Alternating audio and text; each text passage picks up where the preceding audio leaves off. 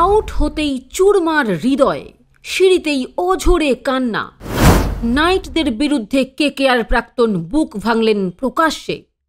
নাইটদের বিরুদ্ধে আউট হতেই চুরমার হয়ে গেল হৃদয়, সিঁড়িতেই অঝোরে কান্না কেকেআরের প্রাক্তনীর, যা মন ভারী করে দিল অনেকেরই।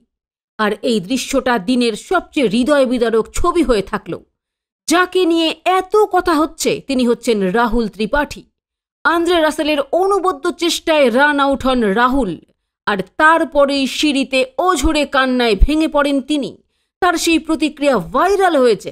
মিচেল স্টার্কের অনবদ্য বোলিংয়ের সুবাদে মঙ্গলবার কেকেআরের বিরুদ্ধে হায়দ্রাবাদের ইনিংস 159 রানেই শেষ হয়ে যায়।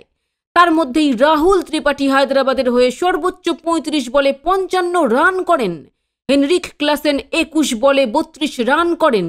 দুজনের 62 রানের পার্টনারশিপ হায়দ্রাবাদের সম্মান কিছুটা হলেও রক্ষা করে, যার জন্য রাহুলকে ধন্যবাদ জানান হায়দ্রাবাদের সমর্থকরা। এক ভক্ত বলেন, চ্যাম্পিয়ন রাহুল দুর্দান্ত খেলেছেন, আপনার জন্যই আমরা ম্যাচে ফিরেছি। অন্য এক ভক্ত বলেন, দিনের সবচেয়ে হৃদয় বিদারক ছবি, রাহুল ত্রিপাঠী সিঁড়িতে বসে কাঁদছেন। ত্রিপাঠী, আপনি আপনার সেরাটা দিয়েছেন। তবে সত্যি বলতে কেকেআরের মিচেল স্টার্ক 3 ওভারে 22 রান দিয়ে 3 উইকেট নিয়েছেন। সেখানে ত্রিপাঠীর এই রান হায়দ্রাবাদের জন্য যথেষ্ট ছিল না। ত্রিপাঠীর কৃতিত্ব, প্রায় একা লড়াইটা করে গিয়েছেন। ক্লাসেন অবশ্য সঙ্গ দিয়েছেন, 21 বলে 32 করেছেন, 3টে 4 মেরেছেন, একটা 6 মেরেছেন।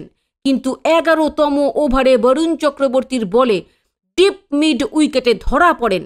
ট্রাভিস হেড কিছুই করতে পারেননি। তবে হায়দ্রাবাদের অধিনায়ক প্যাট কামিন্স 24 বলে 30 রান করেন।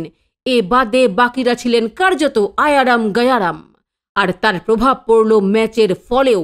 38 বল বাকি থাকতেই 8 উইকেটে হায়দ্রাবাদকে দুর্মুশ করল কেকেআর। ব্যুরো রিপোর্ট, উত্তরের জ্যোতি নিউজ।